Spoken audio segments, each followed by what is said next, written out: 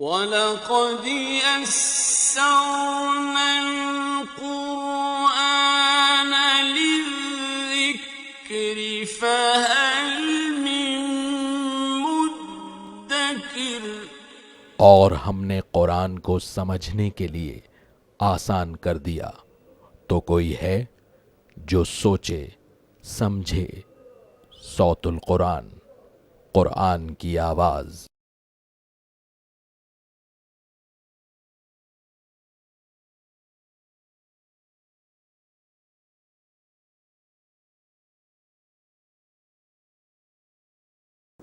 نحمده ونصلي على رسوله الكريم اما بعد فاعوذ بالله من الشيطان الرجيم بسم الله الرحمن الرحيم ويسألونك عن الروح قل الروح من امر ربي وما اوتيت من العلم الا قليلا صدق اللہ العظیم۔ سورہ بنی اسرائیل آیت نمبر 85 سے ہم اپنا مطالعہ شروع کر رہے ہیں۔ اب اس سورہ مبارکہ کا 10واں رکوع شروع ہو رہا ہے۔ اس میں روح کے حوالے سے ایک سوال یہود کی طرف سے کیا گیا تھا، اس کا جواب دیا گیا ہے۔ قرآن حکیم کا چیلنج بیان ہوا ہے کہ کوئی بھی اس کلام جیسی کوئی شے پیش نہیں کر سکتا، اور مشرکین جو فرمائشی معجزات کا مطالبہ کر رہے تھے اس کا ذکر آیا ہے۔ وَيَسْأَلُونَكَ عَنِ الرُّوحِ، اور اے نبی صلی اللہ علیہ وسلم یہ آپ سے روح کے متعلق سوال کرتے ہیں۔ قُلِ الرُّوحُ مِنْ أَمْرِ رَبِّي، آپ فرما دیجئے کہ روح میرے رب کے حکم سے ہے۔ وما اوتیت من العلم الا قلیلا، اور تمہیں علم نہیں عطا کیا گیا ہے مگر بہت کم۔ بخاری شریف میں حدیث ہے کہ یہ سوال یہود نے کیا تھا آپ صلی اللہ علیہ وسلم سے، اور 3 کل سوالات ہیں جس کا مفسرین نے ذکر کیا ہے کہ جو یہود نے کیے تھے، کہ روح کے متعلق بتائیے، اصحاب کہف کے متعلق بتائیے، اور ذوالقرنین بادشاہ کے متعلق بتائیے۔ سورہ بنی اسرائیل میں ان کے ایک سوال کا جواب دیا گیا روح کے متعلق، اور 2 سوالات یعنی اصحاب کہف کے متعلق اور ذوالقرنین بادشاہ کے متعلق گفتگو آئے گی انشاءاللہ سورۃ الکہف میں۔ تو سوال انہوں نے کیا تھا روح کے متعلق، اللہ تعالیٰ نے اس کا جواب دیا کہ اے نبی صلی اللہ علیہ وسلم فرما دیجیے روح میرے رب کے حکم سے ہے، اور اس کے متعلق تمہیں بہت ہی کم علم دیا گیا ہے۔ نوٹ فرمائیے کہ اس کائنات میں اللہ کے 2 عالم کام کر رہے ہیں، ایک کو عالم امر کہا جاتا ہے اور ایک کو عالم خلق کہا جاتا ہے۔ عالم امر کا معاملہ یہ ہے جو قرآن بار بار بیان کرتا ہے کہ کن فیکون، اللہ فرماتے ہو جا اور وہ شے فوراً ہو جاتی ہے، اس میں ٹائم فیکٹر انوالو نہیں ہوتا۔ جبکہ دوسرا عالم ہے عالم خلق، اس میں ٹائم فیکٹر انوالو ہوتا ہے۔ آسمان و زمین کو اللہ نے 6 ایام میں پیدا فرمایا، مراد ہے کہ 6 پیریڈز میں اس کو پیدا کیا۔ ایک ماں کے بطن میں بچے کی پیدائش کا عمل 8-9 مہینے اس میں درکار ہوتے ہیں، پھر وہ باہر آتا ہے، پھر وہ اپنے نقطہ عروج کو پہنچتا ہے۔ عالم خلق میں ٹائم فیکٹر انوالو ہوتا ہے، عالم امر میں ٹائم فیکٹر انوالو نہیں ہوتا۔ مزید نوٹ فرمائیے کہ 3 چیزیں عالم امر سے متعلق ہیں جس میں کوئی ٹائم فیکٹر انوالو نہیں: انسان کی روح، فرشتہ اور اللہ کی وحی، اور ان تینوں کے لیے قرآن حکیم میں روح کا لفظ آیا ہے۔ نوٹ فرمائیے سورۃ النحل آیت نمبر 2 اور سورۃ المؤمن آیت نمبر 15 میں روح کا لفظ قرآن کے لیے یعنی اللہ کی وحی کے لیے آیا ہے۔ اسی طرح سورہ صاد آیت نمبر 72 میں اللہ کی طرف سے یہ بات ذکر کی گئی ہے کہ انسان میں اللہ کی روح میں سے کچھ پھونکا گیا ہے۔ اور سورۃ القدر ہم پڑھتے ہیں تو جبریل امین کے لیے روح الامین کے الفاظ آئے ہیں، اور روح کے الفاظ سورۃ القدر میں آئے جبریل امین کے لیے، اور دیگر مقامات پر ان کو روح الامین کہا گیا ہے۔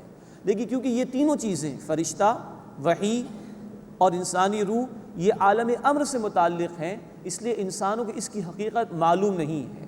عالم خلق کی کچھ تحقیقات ہو رہی ہیں، کچھ انسانوں کے علم میں چیزیں آ گئی ہیں، انسان کی تخلیق کے مراحل، کائنات کی تخلیق کے مراحل، لیکن یہاں روح کے متعلق کیونکہ سوال آیا تو یہ خالصتاً عالم امر کے مسائل ہیں، اور اس کے متعلق فرما دیا گیا کہ کوئی خاص علم تمہارے پاس نہیں۔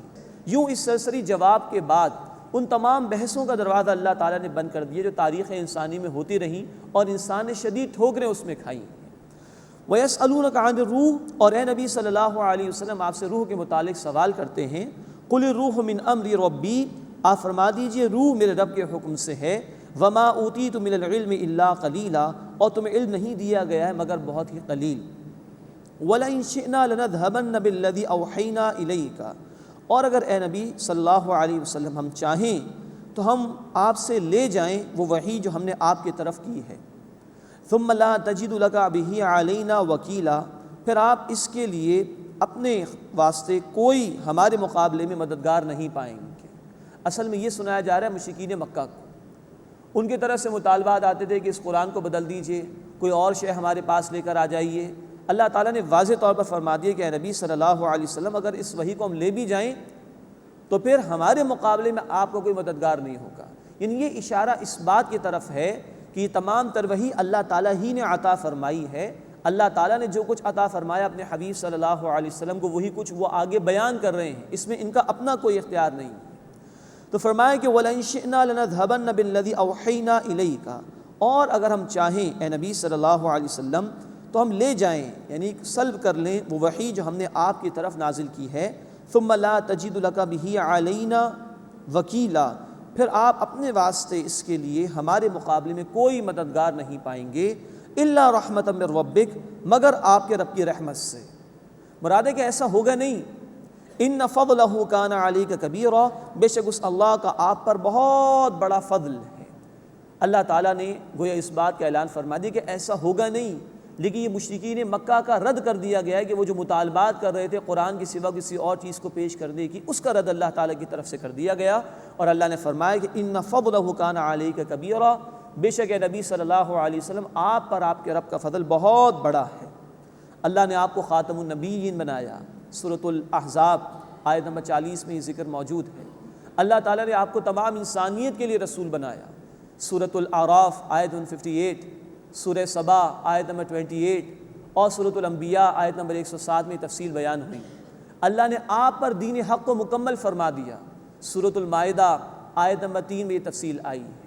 اللہ نے جو امت آپ کو عطا فرمائی وہ بہترین امت ہے، سورہ آل عمران آیت نمبر 110 میں یہ بات بیان کی گئی ہے۔ تو بے شمار فضائل ہیں رسول اکرم صلی اللہ علیہ وسلم کے، جس کے متعلق یہاں کہا جا رہا ہے ان فضلہ کان علیک کبیرا، بے شک اے نبی صلی اللہ علیہ وسلم آپ پر آپ کے رب کا فضل بہت بڑا ہے۔ اس کے بعد قرآن کے چیلنج کا ذکر ہے، قل لئن اجتمعت الانس والجن علی ان یأتوا بمثل هذا القرآن، اے نبی صلی اللہ علیہ وسلم فرما دیجئے اگر تمام انسان اور جنات اس پر جمع ہو جائیں کہ اس قرآن کے جیسی کوئی شے لے آئیں، لا یأتون بمثلہ، تو وہ اس کی جیسی کوئی شے نہیں لا سکیں گے، وَلَوْ كَانَ بَعْضُهُمْ لِبَعْضٍ ظَهِيرًا، اگرچہ ان میں سے بعض کے مددگار ہو جائیں، پیش نہیں کر سکیں گے۔ نوٹ فرمائیے، قرآن حکیم نے یہ چیلنج تدریجاً آسان کیا ہے۔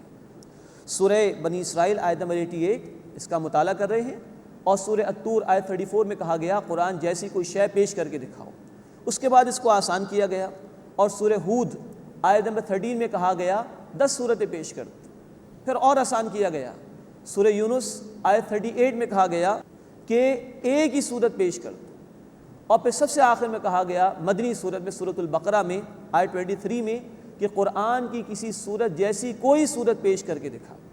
یہ ہے تدریجاً اس چیلنج کو اللہ نے آسان فرمایا اور بتا دیا کہ چاہے یہ ایک دوسرے کے مددگار ہو جائیں، یہ اس قرآن جیسی کوئی شے پیش نہیں کر سکیں گے۔ قرآن کے چیلنج آج بھی موجود ہیں، آج بھی کروڑوں عیسائی وہ ہیں کہ جو بورن عرب ہیں، پیدائش عرب ہیں وہ، لیکن ہے کرسچنز، عربی ان کو آتی ہے، لیکن قرآن کا چیلنج آج بھی موجود ہے، لیکن کوئی اس کا جواب پیش نہیں کر سکا، اور جن لوگوں نے کوشش بھی کی تو ان کے اپنے گھر والوں نے ان کا مذاق اڑایا کہ اللہ کے کلام کے مقابلے میں ایسی شے تم نے پیش کی۔ وَلَقَدْ صَرَّفْنَا لِلنَّاسِ فِي هَذَا الْقُرْآنِ مِنْ كُلِّ مَثَلٍ، اور ہم نے لوگوں کے لیے اس قرآن میں طرح طرح سے ہر مثال بیان کر دی ہے۔ فَأَبَى أَكْثَرُ النَّاسِ إِلَّا كُفُورًا، بس اکثر لوگوں نے ناشکری کے سوا قبول نہیں کیا۔ یعنی قرآن کتاب ہدایت ہے، سورۃ البقرہ آیت 185 ہدی للناس، یہ تمام انسانیت کے لیے ہدایت ہے۔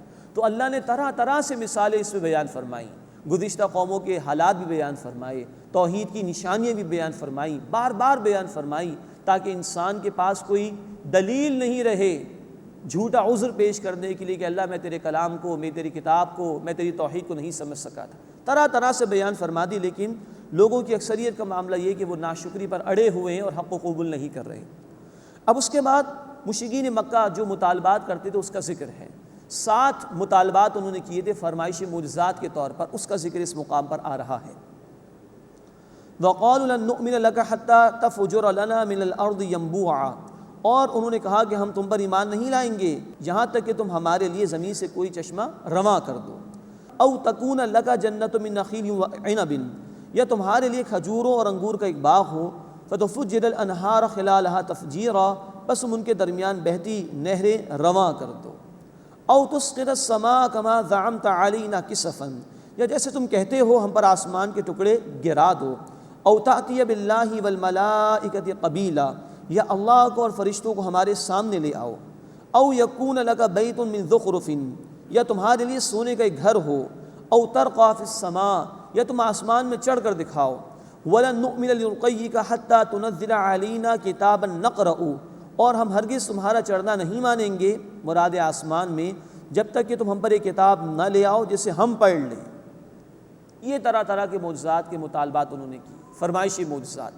اللہ تعالیٰ نے اپنے رسول صلی اللہ علیہ وسلم کے ذریعے سے کہلوایا، قل، اے نبی صلی اللہ علیہ وسلم فرما دیجئے، سبحان ربی، میرا رب پاک ہے، اس میں کوئی کمی نہیں ہے، کوئی نقص نہیں ہے، وہ چاہے تو سب کچھ تمہیں دکھا سکتا ہے۔ حل کنت الا بشر رسولا، میں تو صرف ایک انسان ہوں، رسول ہوں، اللہ نے مجھے اپنا پیغام پہنچانے کے لیے تمہارے پاس بھیجا ہے، میں نے کوئی دعوے ایسے نہیں کیے کہ تم مجھ سے مطالبات کر رہے ہو، اور میں اللہ کا رسول ہوں، اس سے یہ کلام تمہیں عطا فرمایا ہے، اس کے ذریعے سے ہدایت ملے گی، قبول کرنا تو اس قرآن کو قبول کرو، اس کے سوا کوئی شے تمہیں عطا نہیں کی جائے گی۔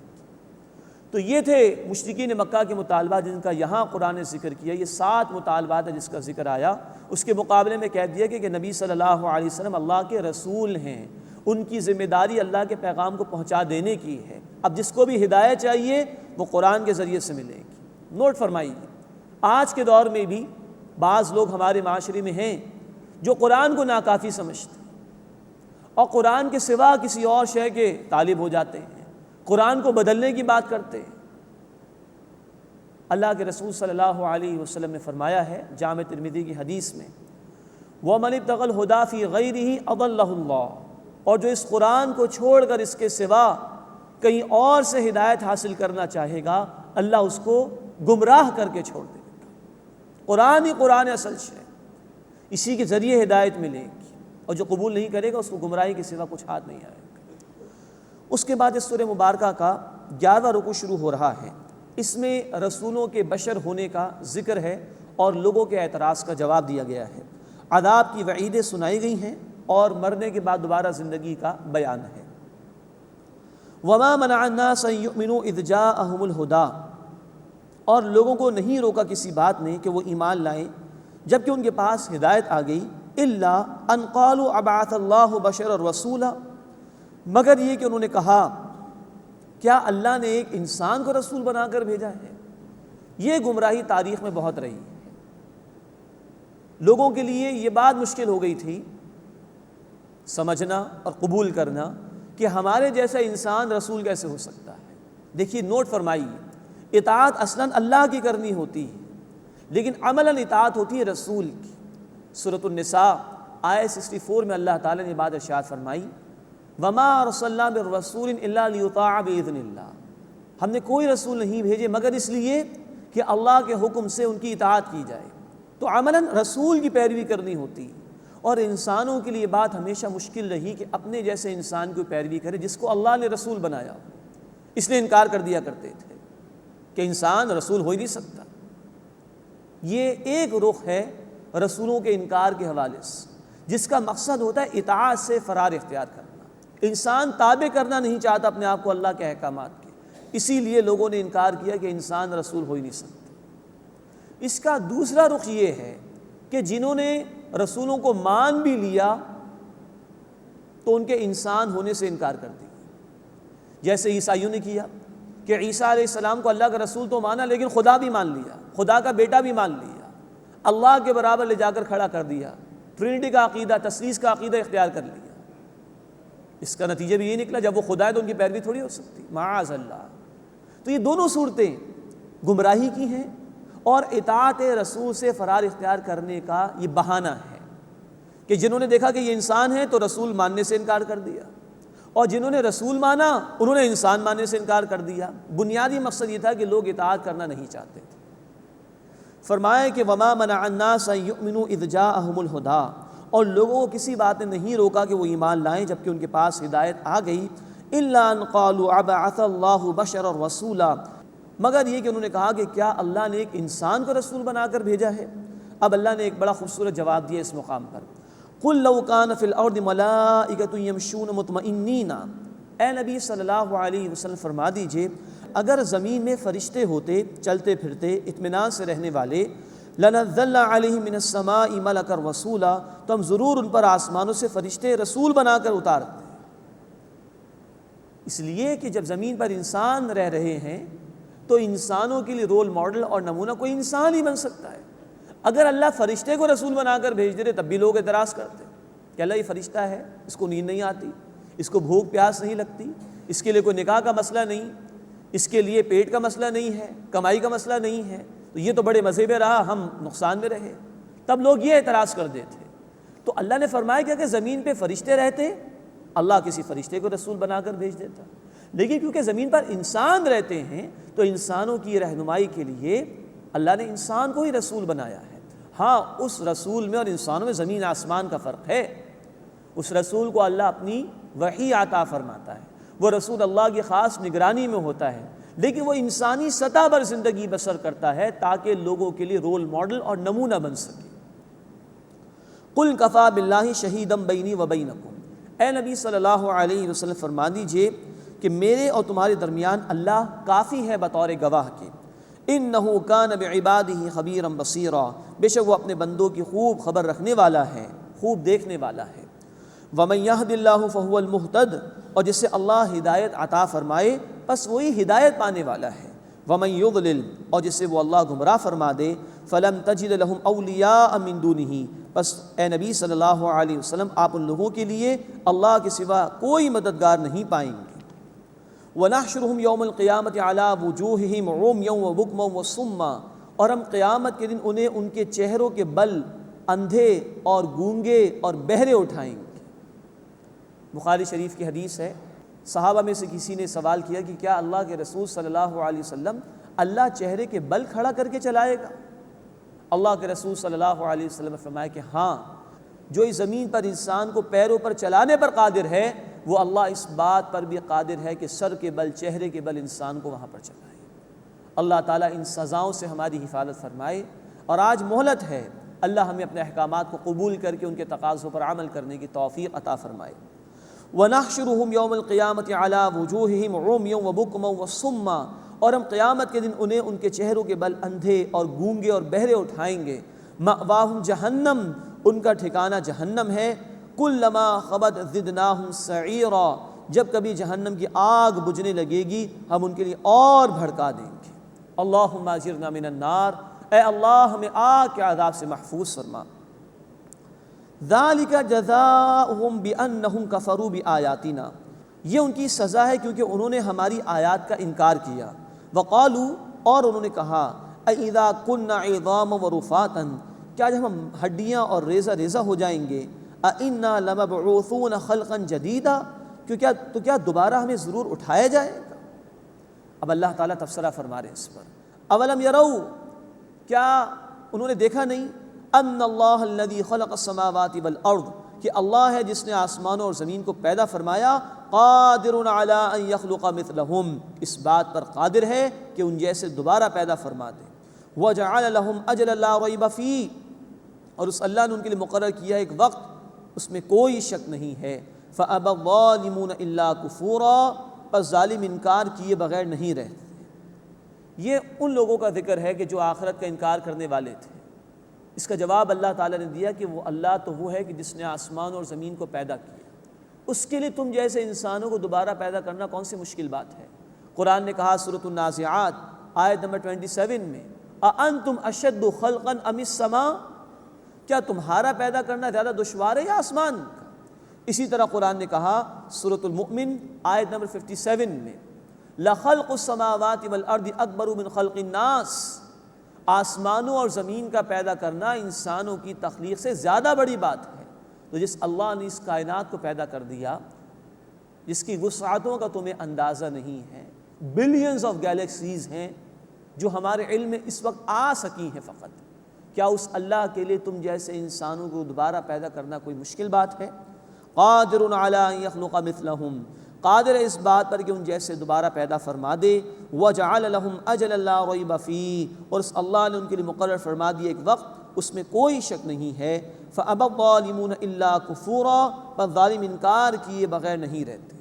اب مشرکین کو تنبیہ کی جا رہی ہے، قل لو انتم تملکون خزائن رحمت ربی اذا لامسکتم خشیۃ الانفاق، اے نبی صلی اللہ علیہ وسلم فرما دیجئے اگر تم میرے رب کی رحمت کے خزانوں کے مالک ہوتے تو تم خرچ ہو جانے کے ڈر سے ضرور روک رکھتے۔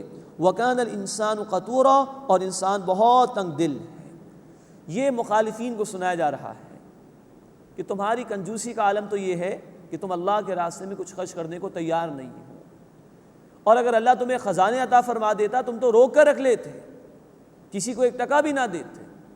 تو تم سے کیا توقع کی جا سکتی ہے کہ تم اللہ کے رسول صلی اللہ علیہ وسلم کی رسالت کو قبول کر لو؟ کیونکہ انہیں یہی خطرہ تھا، کیا محمد صلی اللہ علیہ وسلم کو رسول مان لے تو ہماری سرداریاں ختم ہو جائیں گی، ہماری چودراہٹیں ختم ہو جائیں گی، ہمارا یہ اقتدار، ہمارا روب دبدبہ ختم ہو جائے گا۔ تو ان کے اس بخل و کنجوسی کا ذکر کیا جا رہا ہے کہ بالفرض اگر رحمت کے خزانے ان کو دے دیے جاتے اللہ کی تو ایک پھوٹی کوڑی بھی کسی کو نہ دیتے، ایک ٹکا بھی کسی کو نہ دیتے۔ اور فرمایا کہ وَكَانَ الْإِنسَانُ قَتُورًا، اور انسان بہت تنگ دل ہے۔ یہ تنگ دلی انسان میں اس وقت پیدا ہوتی ہے جب وہ حق کی مخالفت پر آ جاتا ہے اور دنیا پرستی میں مبتلا ہو جاتا ہے اور دنیا ہی کی مال و دولت کے چکر میں بیٹھ جاتا ہے، سنبھال کے رکھتا ہے، کسی ایک کو ایک ٹکا بھی نہیں دیتا، اور جب حق کی دعوت اٹھتی ہے تو اس کا سرے سے انکار کر دیتا ہے، اس لیے کہ وہ حق بے انصافی کو ختم کرنے کی بات کرتا ہے، ظلم کے خاتمے کی بات کرتا ہے۔ اور یہ شخص کہ جو دنیا پرست ہے یہ ظلم چھوڑنا نہیں چاہتا، یہ تو لوگوں پر جبر کر کے ان کا مال ہڑپ کرتا ہے، تو یہ کیسے اس حق کو برداشت کر سکے گا؟ تو یہ تنبیہ کی گئی ہے اصل میں مشرکین مکہ کو۔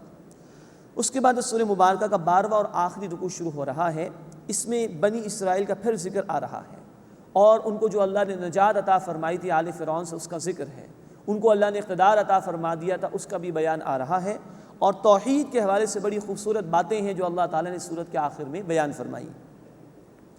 وَلَقَدْ آتَيْنَا مُوسَىٰ 9 آیَاتٍ بَيِّنَاتٍ، اور ہم نے موسیٰ علیہ السلام کو 9 کھلی نشانیاں عطا فرمائیں۔ مرادی کہ دو تو ان کے معجزات کا ذکر بار بار قرآن کرتا ہے، چمکتا ہوا ہاتھ اور وہ عصا جس کو وہ ڈالتے تھے تو وہ اژدہا بن جاتا تھا۔ باقی 7 معجزات کا ذکر ہم پڑھ چکے ہیں۔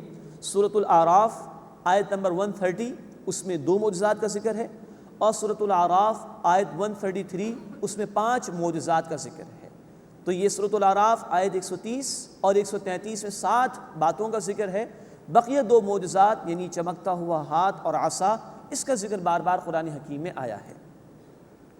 وَلَقَدْ آتَيْنَا مُوسَىٰ 9 آیَاتٍ بَيِّنَاتٍ، اور ہم نے موسیٰ علیہ السلام کو 9 کھلی نشانیاں عطا فرمائیں۔ فَاسْأَلْ بَنِي إِسْرَائِيلَ إِذْ جَاءَهُمْ، بس بنی اسرائیل سے پوچھ لو جب وہ موسیٰ علیہ السلام ان کے پاس آئے تھے۔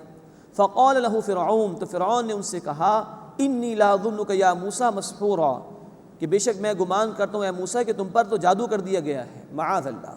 یہ فرعون نے ہر دھرمی کی اور مخالفت کی ان نشانیوں کی کہ جو موسیٰ علیہ السلام نے ان لوگوں کے سامنے پیش کی تھی۔ اب موسیٰ علیہ السلام نے اس مقام پر ترکی بترکی جواب دیا ہے۔ قال لقد علمت ما انزل هؤلاء الا رب السماوات والارض بصائر، موسیٰ علیہ السلام نے فرمایا کہ یقیناً تو جان چکا ہے کہ ان کو نازل نہیں کیا مگر آسمان اور زمین کے رب نے بصیرت کے طور پر، آنکھیں کھول دینے کے لیے۔ یہ نشانے بالکل واضح ہیں۔ وَإِنِّي لَأَظُنُّكَ يَا فِرْعَوْنُ مَثْبُورًا، اور اے فرعون بے شک میں تجھے گمان کرتا ہوں کہ تو ہلاک شدہ ہے۔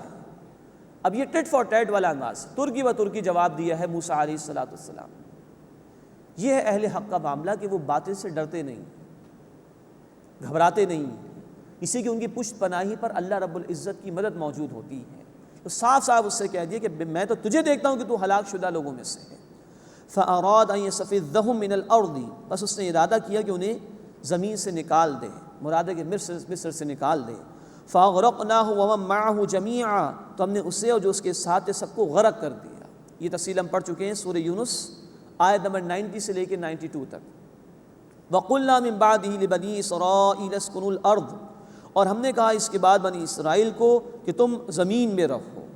مراد یہ کہ فرعون اور اس کے لاؤ لشکر کو غرق کیا گیا دریا میں، اور بنی اسرائیل جو کہ تقریباً 6 لاکھ کی تعداد میں تھے وہ بچا لیے گئے۔ اس کے بعد ان کو تورات دی گئی، شریعت کے احکامات دیے گئے، انہوں نے نافرمانی کی، 40 برس تک پھر وہ صحرا میں گھومتے رہے پھرتے رہے۔ اس کے بعد پھر اللہ تعالیٰ نے ان کو سرزمین فلسطین عطا فرمائی، ان کا غلبہ ہوا، اور پھر اللہ تعالیٰ نے ان کو اقتدار عطا فرمایا۔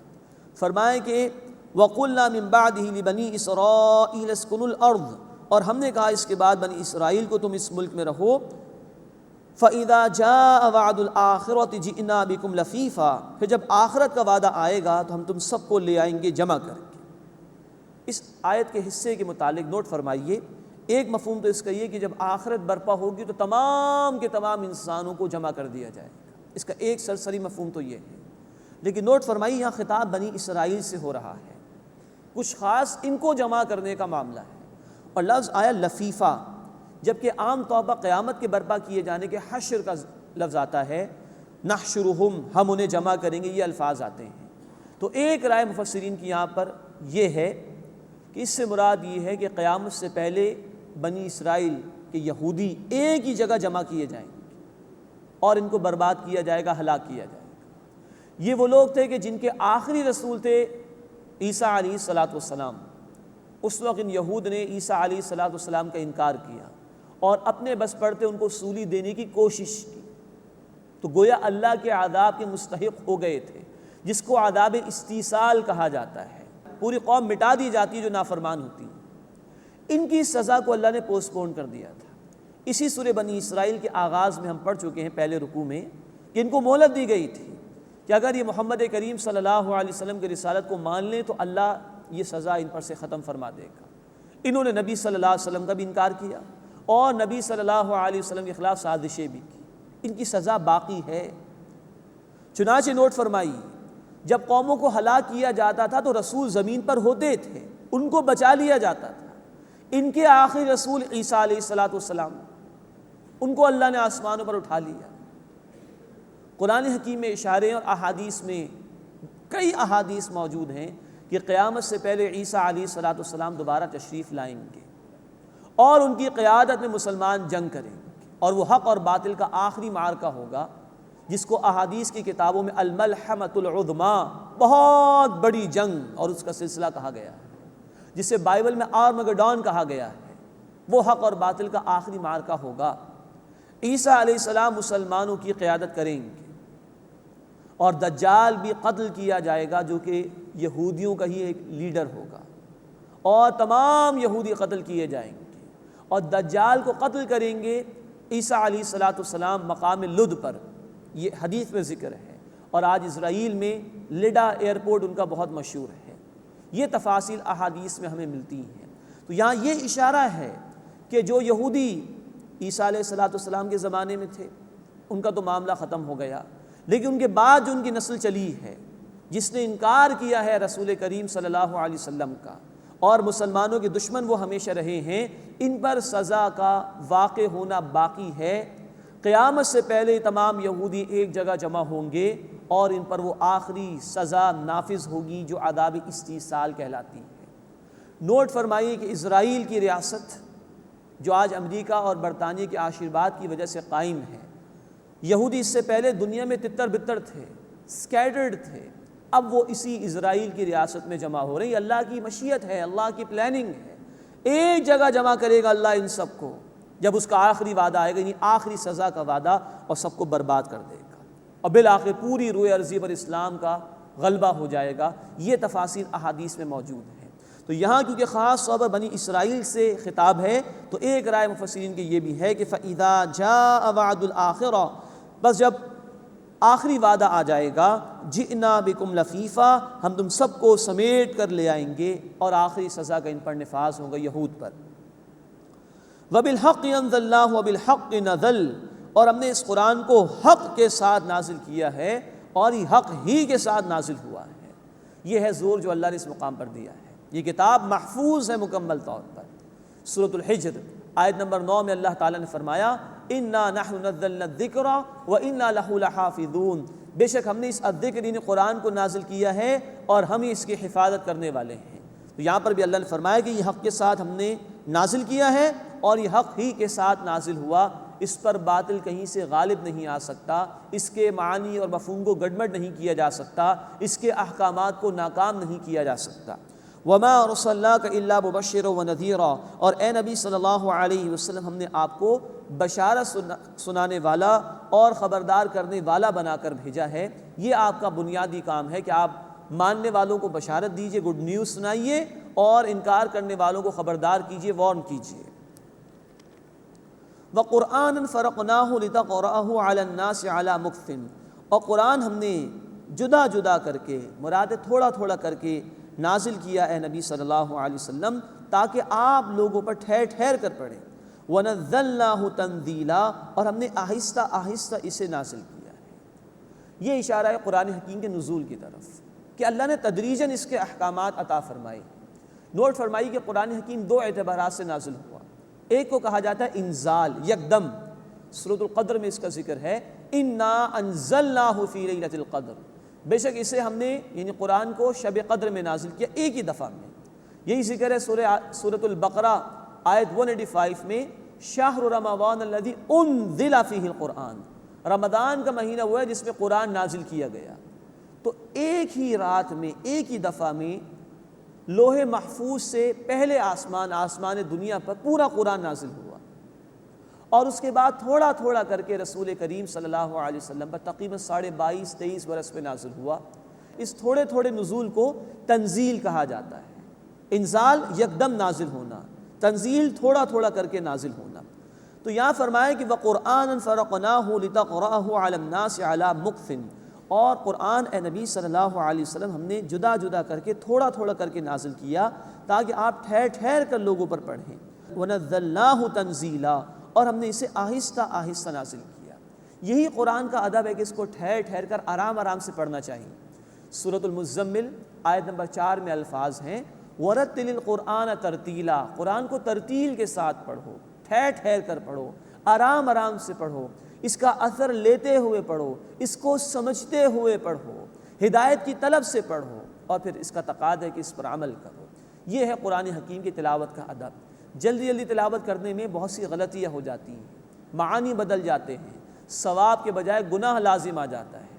تو ٹھہر ٹھہر کر اللہ نے نازل کیا تاکہ اس کو ریسیو کرنا آسان ہو، سمجھنا آسان ہو، دلوں میں بٹھانا آسان ہو، اور یہی تلقین ہمیں ہے کہ وَرَتِّلِ الْقُرْآنَ تَرْتِيلًا، قرآن کو ترتیل سے ٹھہر ٹھہر کر آرام آرام سے پڑھو تاکہ سمجھ میں آئے، دل میں اترے، اثرات پیدا ہوں اور عمل کر سکو۔ قُلْ آمِنُوا بِهِ أَوْ لَا تُؤْمِنُوا، اے نبی صلی اللہ علیہ وسلم فرما دیجئے تم اس پر ایمان لاؤ یا نہ لاؤ، إِنَّ الَّذِينَ أُوتُوا الْعِلْمَ مِنْ قَبْلِهِ، بے شک جنہیں اس سے قبل علم دیا گیا ہے یعنی اہل کتاب، اذا یتلی علیہم یخرون للاذقان سجدا، جب وہ ان کے سامنے پڑھا جاتا ہے تو وہ سجدہ کرتے ہوئے ٹھوڑیوں کے بل گر پڑتے ہیں، عاجزی کے ساتھ اللہ کے سامنے جھک جاتے ہیں۔ ویقولون، اور وہ کہتے ہیں سبحان ربنا، پاک ہے ہمارا رب، ان کان وعد ربنا لمفعولا، بے شک ہمارے رب کا وعدہ ضرور پورا ہو کر رہنے والا ہے۔ یہ اہل کتاب کا ذکر آ گیا کہ ان میں سے جو حق کے متلاشی تھے، جن میں تعصب و تکبر نہیں تھا، انہوں نے قرآن کو قبول کیا، اس لیے کہ ان کی اپنی کتابوں میں آخری رسول کی بشارات موجود تھیں۔ چنانچہ نوٹ فرمائیے کہ اولڈ ٹیسٹمنٹ میں بک آف ڈیٹرانومی، کتاب استثناء، اس کا چیپٹر نمبر 18 اور اس کے ورس نمبر 18 میں موسیٰ علیہ السلام کی بشارت موجود ہے کہ اللہ اے بنی اسرائیل تمہارے بھائیوں یعنی بنی اسماعیل میں سے ایک رسول کو کھڑا کرے گا اور اس کو اپنا آخری کلام عطا کرے گا۔ نیو ٹیسٹمنٹ میں book of John chapter number 14 اور اس کے ورس نمبر 25 اور 26 میں رسول اللہ صلی اللہ علیہ وسلم کی بشارات موجود ہیں۔ Book of Matthew chapter number 3 verse number 1 اور 2 میں نبی صلی اللہ علیہ وسلم کی بشارات موجود ہیں۔ تو ان یہود و نصارہ میں سے جو حق کے متلاشی تھے، جیسے یہود میں سے عبداللہ بن سلام رضی اللہ تعالیٰ عنہ، نصارہ میں سے نجاشی رحمۃ اللہ علیہ، انہوں نے حق کو قبول کیا اور نبی صلی اللہ علیہ وسلم پر ایمان لے آئے۔ ایسے اہل حق لوگوں کا ذکر ہے کہ جب وہ قرآن کو سنتے ہیں تو سجدہ کرتے ہوئے عاجزی کے ساتھ اللہ کے حضور گر جاتے ہیں۔ وَيَخِرُّونَ لِلْأَذْقَانِ يَبْكُونَ، اور وہ روتے ہوئے ٹھوڑیوں کے بل گر پڑتے ہیں۔ وَيَزِيدُهُمْ خُشُوعًا، اور یہ قرآن ان میں اضافہ کر دیتا ہے عاجزی کے اعتبار سے۔ یہ ہے قرآن کی تاثیر جو حق والے محسوس کرتے ہیں۔ اس کے لیے ضروری ہے کہ قرآن کو ٹھہر ٹھہر کر پڑھا جائے، سمجھ سمجھ کر پڑھا جائے تو دل نرم ہوتے ہیں۔ اللہ اس عاجزی کا کچھ حصہ ہمیں بھی عطا فرمائے اور اس قرآن سے تأثر لیتے ہوئے اس کی تلاوت کرنے کی توفیق عطا فرمائے۔ قُلِ ادْعُوا اللَّهَ أَوِ ادْعُوا الرَّحْمَٰنَ، اے نبی صلی اللہ علیہ وسلم فرما دیجئے چاہے تم اللہ کہہ کر پکارو یا رحمان کہہ کر پکارو، أَيَّمَّا تَدْعُوا فَلَهُ الْأَسْمَاءُ الْحُسْنَىٰ، جو کچھ بھی تم پکارو گے اسی کے لیے تمام اچھے نام ہیں۔ اللہ کے رسول صلی اللہ علیہ وسلم رحمان کا ذکر بھی کیا کرتے تھے۔ مکی صورتوں میں ہم دیکھیں گے انشاءاللہ، سورہ طٰہٰ میں، سورہ الفرقان میں رحمان کے الفاظ آئے ہیں، اس مقام پر بھی لفظ آ گیا۔ تو مشرکین کہتے تھے کہ ہمیں توحید کی دعوت دیتے ہیں اور خود کسی اور کو بھی پکارتے ہیں، تو بتایا گیا کہ تمام اچھے نام اللہ کے لیے ہیں، چاہے اللہ کہہ کر پکارو یا رحمان کہہ کر پکارو، تمام خوبصورت اور اچھے نام اللہ کے لیے ہیں۔ بخاری شریف میں 99 ناموں کا ذکر ہے، اور ذکر ہے کہ جو انہیں یاد کرے گا، مراد ہے ان کے مفہوم کو بھی یاد کرے گا اور جو تقاضے ہیں ان پر عمل بھی کرے گا، اللہ اس کو جنت میں داخل فرمائے گا۔ وَلَا تَجْهَرْ بِصَلَاتِكَ وَلَا تُخَافِتْ بِهَا، اور اپنی نماز میں نہ آواز بہت بلند کرو اور نہ بہت پست رکھو۔ وَابْتَغِ بَيْنَ ذَلِكَ سَبِيلًا، اور اس کے درمیان کا راستہ اختیار کرو۔ بخاری شریف میں تفصیل ہے، جب مسلمان قرآن کی تلاوت کرتے تھے تو مشرکین مذاق اڑاتے تھے اور مسلمانوں پر ظلم و ستم کیا کرتے تھے، تو ایک تعلیم یہ دی گئی کہ نہ تو بہت زور سے تلاوت کی جائے نہ بہت ہی آہستگی سے کی جائے۔ مزید ایک ہمیں واقعہ ملتا ہے جامع ترمذی میں، اللہ کے رسول صلی اللہ علیہ وسلم صحابہ کا بھی معاملہ دیکھا کرتے تھے۔ آپ جاتے تھے اور دیکھتے تھے کہ میرے صحابہ کس طرح راتیں بسر کر رہے ہیں۔ آپ خود بھی قیام اللیل کا اہتمام فرماتے تھے، صحابہ بھی۔ حضرت عمر رضی اللہ تعالیٰ عنہ کے حجرے کے قریب سے گزرے ہوں گے تو بہت زور سے آواز آئی، حضرت ابوبکر صدیق رضی اللہ تعالیٰ عنہ کے حجرے کے قریب سے گزرے ہوں گے، بہت آہستہ آواز آئی۔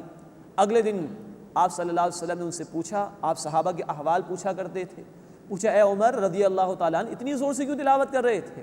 فرمایا کہ اللہ کے رسول صلی اللہ علیہ وسلم میں لوگوں کو بھی جگا رہا تھا کہ وہ بھی اٹھ کر اللہ کی عبادت کریں اور شیطان کو بھگا رہا تھا۔ یہی عمر رضی اللہ تعالیٰ عنہ ہے کہ اللہ کے رسول صلی اللہ علیہ وسلم نے فرمایا کہ جہاں سے عمر کا گزر ہو جاتا ہے وہاں سے شیطان بھاگ جاتا ہے، یہ مقام ہے ان کا۔ اور ابوبکر صدیق رضی اللہ تعالیٰ عنہ سے پوچھا کہ بھائی آپ کیوں آہستہ تلاوت کر رہے تھے؟ انہوں نے فرمایا کہ اللہ کے رسول صلی اللہ علیہ وسلم ایک اللہ کو سنا رہا تھا، وہ سنتا آہستگی سے، وہ دونوں باتیں خوبصورت تھیں، لیکن اللہ کے رسول صلی اللہ علیہ وسلم فرمایا کہ اے عمر تم آواز کو ہلکا کر دو تھوڑا سا، اور اے ابوبکر آپ آواز کو اونچا کر دیجئے۔ یہ ہے وَابْتَغِ بَيْنَ ذَلِكَ سَبِيلًا، درمیانی راستے کو اختیار کرنا۔ دیکھیے ہمارا دین ماڈریشن کی تعلیم دیتا ہے، اعتدال پسندی کی تعلیم دیتا ہے۔ عبادت میں بھی کہا جا رہا ہے کہ بہت زور سے آواز نہ ہو، ایسی کم از کم نہ ہو کہ کسی دوسرے کی عبادت میں خلل واقع ہو جائے، رکاوٹ پیدا ہو جائے، اور اتنی آہستہ بھی نہ ہو کہ انسان کو خود بھی سنائی نہیں دے رہا کہ میں اللہ سے کیا مانگ رہا ہوں، کیا پڑھ رہا ہوں۔ درمیانی آواز ہونی چاہیے۔ تو عبادت میں بھی اعتدال ہے، معاملات میں خرچ کے معاملات ہوں اس میں بھی اعتدال ہے۔ تو ہمارا دین ہے کہ جو ہمیں اعتدال کی تعلیم دیتا ہے ہر اعتبار سے۔ وَلَا تَجْهَرْ بِصَلَاتِكَ وَلَا تُخَافِتْ بِهَا، اور اپنی نماز میں آواز نہ بہت بلند کرو اور نہ ہی بالکل پست۔ وَابْتَغِ بَيْنَ ذَلِكَ سَبِيلًا، اور اس کے درمیان راستہ اختیار کرو۔ اس کے بعد آخری آیت سورہ مبارکہ کی، اور توحید کے بیان پر بہت ہی جامع آیت ہے اور بہت بڑا خزانہ ہے توحید کی معرفت کے حوالے سے۔ وَقُلِ الْحَمْدُ لِلَّهِ، اور اے نبی صلی اللہ علیہ وسلم فرما دیجئے تمام شکر، تمام تعریف، تمام ثنا، تمام مدح اللہ کے لیے ہے۔ اس کائنات میں یہ کروڑ ہا کروڑ نعمتیں دینے والا اللہ ہے، اس پوری کائنات کو ہمارے لیے سجانے والا اللہ ہے۔ ہماری زندگی ایک لمحے بسر نہیں ہو سکتی اگر اس کی توجہ نہ ہو۔ تمام شکر تعریف اللہ کے لیے ہے۔ یہ توحید کی معرفت ہے نظریاتی سطح پر، ایک آئیڈیا کے طور پر، کہ یہ بندہ تسلیم کر لے کل فضل اللہ کا ہے، کل شکر اللہ کے لیے ہے، میرا کوئی کمال نہیں ہے، میں اس کا بندہ ہوں، وہ میرا خالق، مالک اور رازق ہے۔ یہ نظریاتی سطح پر توحید کا بیان ہے۔ اس کے بعد 3 باتوں کی اللہ نے نفی فرمائی، 3 قسم کے شرک ان کی نفی فرما دی۔ الذی لم یتخذ ولدا، جس نے کوئی اولاد اختیار نہیں کی، یہ اللہ کی ذات میں شرک کی نفی ہے۔ مشرکین نے فرشتوں کو اللہ کی بیٹیاں قرار دے دیا، یہود نے عزیر علیہ السلام کو اللہ کا بیٹا بنا دیا، عیسائیوں نے عیسیٰ علیہ السلام کو اللہ کا بیٹا بنا دیا، اس سب کی نفی۔ وَلَمْ يَكُنْ لَهُ شَرِيكٌ فِي الْمُلْكِ، اور اس کی ملکیت میں، اس کی بادشاہت میں اس کا کوئی شریک نہیں۔ یہ ملکیت کی نفی فرما دی اللہ نے۔ سیاسی سطح پر جو شرک ہوتا ہے اس کی نفی فرما دی۔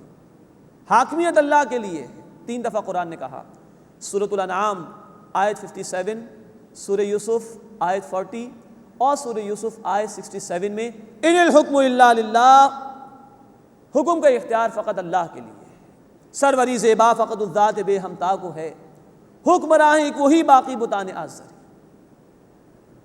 قانون سازی کا اختیار اللہ کے لیے۔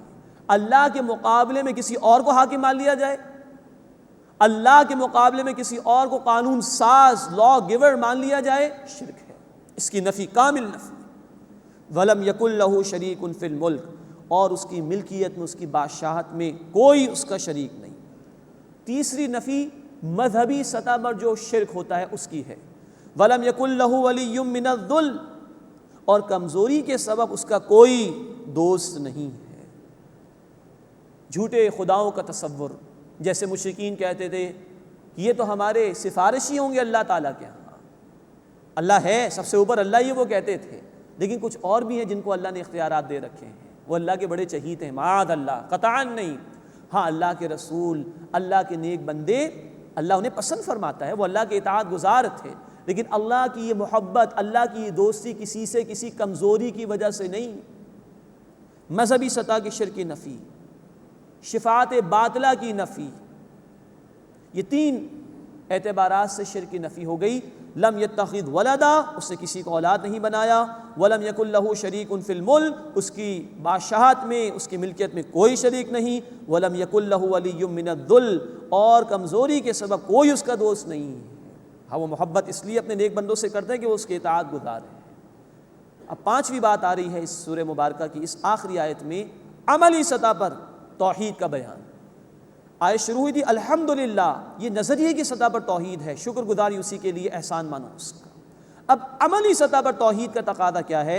وَكَبِّرْهُ تَكْبِيرًا، اور اللہ کی بڑائی کا بول بالا کرو، یعنی زمین اللہ کی ہے، مالک وہ ہے، حکم اس کا چلنا چاہیے زمین پر، اس کی بڑائی کو منوانے کے لیے میدان میں آؤ، اس کی بڑائی قائم کرو۔